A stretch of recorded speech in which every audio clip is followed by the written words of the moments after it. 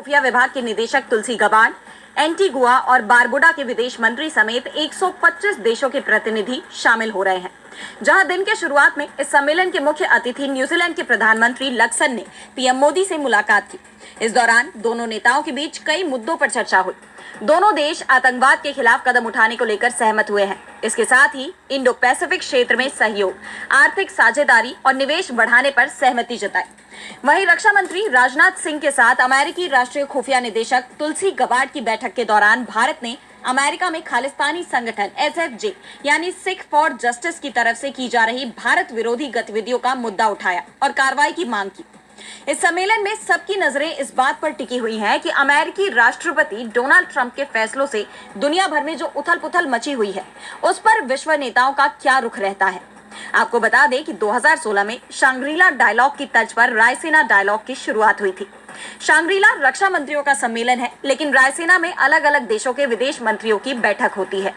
विदेश मंत्रालय और think tank observer research foundation ORF मिलकर इसका आयोजन करते हैं।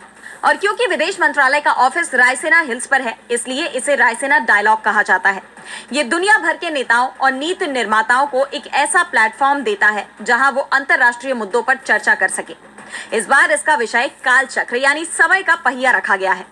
रायसीना डायलॉग से ठीक एक दिन पहले दिल्ली में राष्ट्रीय सुरक्षा सलाहकार अजीत डोभाल की मेजबानी में दुनिया भर के खुफिया और सुरक्षा प्रमुखों का चौथा सम्मेलन भी शुरू हुआ। इसमें 28 से ज्यादा देशों के प्रतिनिधियों ने हिस्सा लिया, जिसमें ग्लोबल खुफिया शेयरिंग तंत्र, इमिग्रेशन समस्या और प्रत्यर्पण जैसे मुद्दों पर चर्चा की गई। यानी दिल्ली फिलहाल विश्व के नेताओं का मंच बना हुआ है। रायसीना डायलॉग उस समय हो रहा है जब दुनिया में कई विवाद चल रहे हैं। वैसे विवाद इस समय पीएम मोदी के पॉडकास्ट को लेकर भी हो रहा है। पीएम मोदी एक पॉडकास्ट में ऐसा कुछ कह गए हैं जिस पर कांग्रेस हमलावर हो गई है। तो आखिर ऐसा क्या बोल गए हैं पीएम मोदी जिस पर विपक्ष हुआ है हमलावर? जानने के लिए देखिए ये रिपोर्ट। पीएम मोदी ने लेक्स फ्रीडमैन के साथ एक पॉडकास्ट में तमाम मुद्दों पर बात की। उन्होंने आरएसएस, हिंदू राष्ट्र, महात्मा गांधी, गुजरात हिंसा पर बात की तो वैश्विक संस्थानों की असफलता पर भी अपनी बात रखी। इस दौरान उन्होंने अमेरिका के राष्ट्रपति डोनाल्ड ट्रंप की जमकर तारीफ की, लेकिन पीएम के जवाब अब सवालों में आ गए हैं।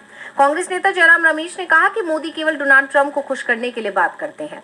वो बार बार अपने दोस्त के सुर में सुर मिला रहे हैं। उन्होंने कहा, ये तो डोनाल्ड ट्रंप की भाषा है। डोनाल्ड ट्रंप भी वैश्विक संस्थाओं को अप्रासंगिक बनाने का पूरा प्रयास कर रहे हैं। जयराम रमेश ने सवाल किया कि क्या WHO और WTO भारत के लिए अच्छा नहीं है? क्या जलवायु परिवर्तन पर पेरिस का समझौता भारत के लिए सही नहीं है?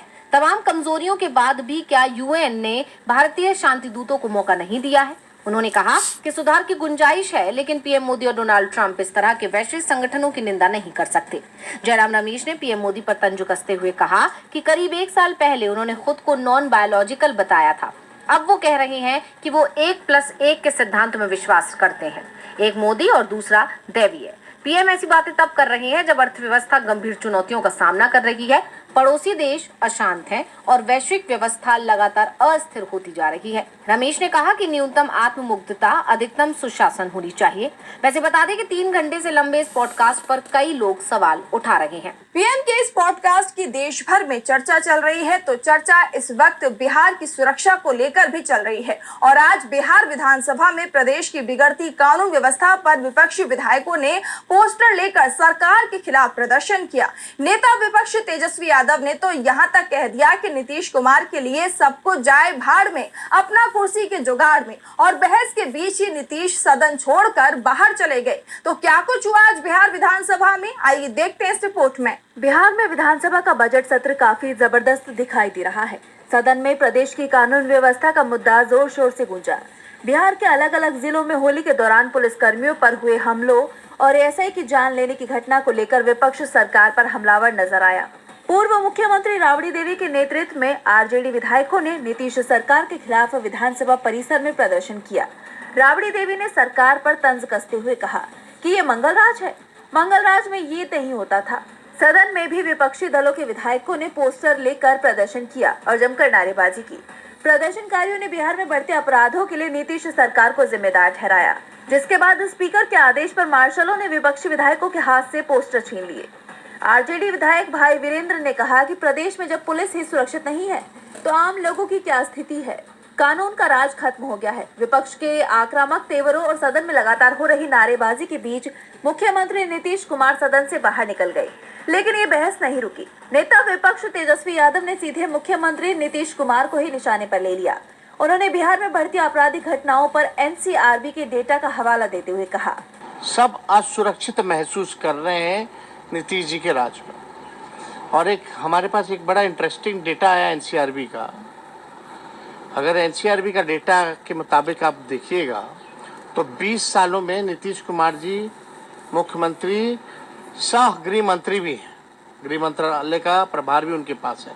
इन 20 सालों में नीतीश कुमार जी के राज में 60,000 हत्याएं हुई हैं, 60,000 मर्डर हुआ है और 25,000 बलात्कार हुए हैं, यानी 25,000 रेप जो है वो हुआ है नीतीश जी के राज में।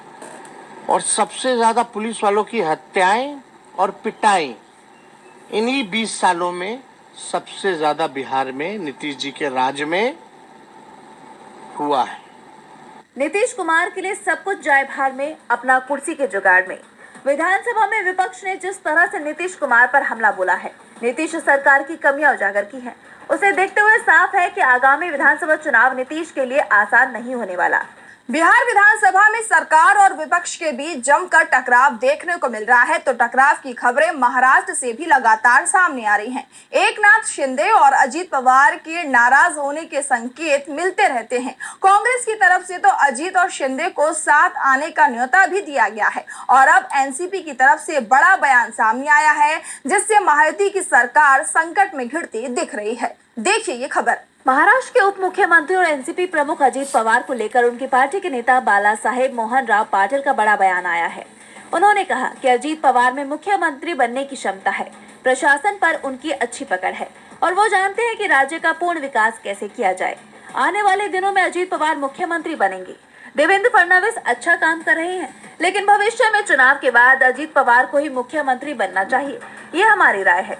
आपको बता दें कि हाल ही में कांग्रेस नेता नाना पटोले ने एकनाथ शिंदे और अजीत पवार को साथ आने का न्योता दिया था। पटोले ने कहा था कि बीजेपी शिवसेना और एनसीपी के साथ अच्छा सलूक नहीं कर रही है। अगर शिंदे और अजीत पवार दबाव में है तो उन्हें हमारे साथ आकर सरकार बनानी चाहिए। पटोले के बयान पर भी शिंदे और अजीत पवार ने कोई प्रतिक्रिया नहीं दी है, लेकिन अब जिस तरह से एनसीपी के अंदर से अजीत पवार को सीएम बनाए जाने की बात शुरू हुई है, उससे बीजेपी के लिए चिंता दिखाई दे रही है, क्योंकि अभी तक महायुति गठबंधन में सबसे ज्यादा नाराजगी की खबरें एकनाथ शिंदे को लेकर ही आ रही थी, क्योंकि सीएम पद से हटाए जाने के बाद से ही शिंदे खुश नहीं दिखाई दे रही हैं।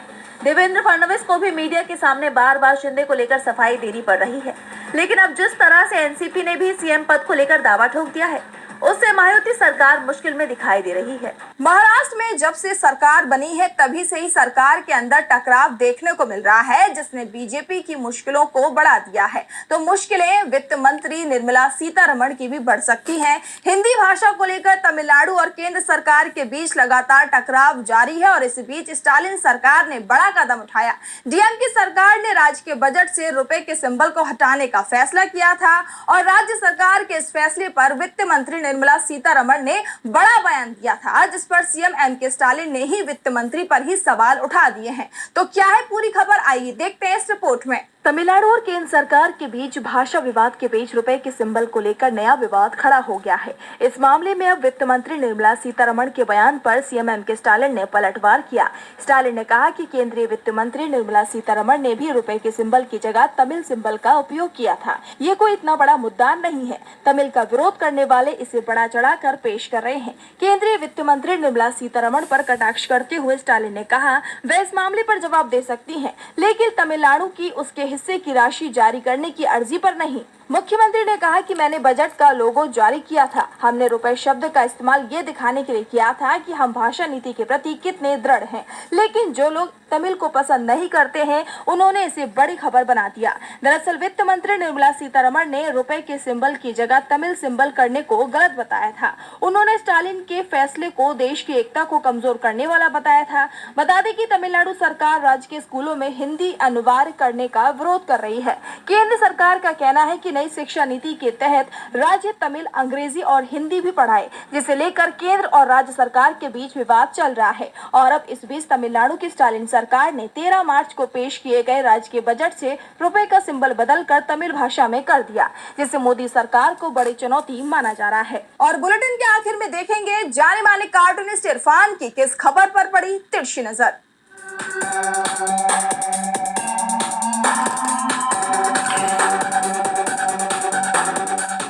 पीएम मोदी ने एक इंटरनेशनल पॉडकास्टर के साथ में पॉडकास्ट करते हुए गुजरात दंगों पर अपनी सफाई दी है और उन्होंने बताया कि गुजरात में पहली बार दंगे नहीं हुए थे, बल्कि 2002 के पहले 250 के करीब दंगे गुजरात में हो चुके थे, जिनमें से एक दंगा पूरे 6 महीने तक चला था जो 1969 में हुआ था। लेकिन ऐसा क्या था मोदी जी कि 6 महीने चलने वाला वो दंगा तो किसी को याद नहीं है, लेकिन 3 दिन चलने वाला वो दंगा जो आपके कार्यकाल में हुआ था वो सबको याद रहता है, जिसमें करीब गुजराकोंड लोगों की जाने गई, गुजराकोंड मेकर मोदी 2,500 लोग घायल हुए थे।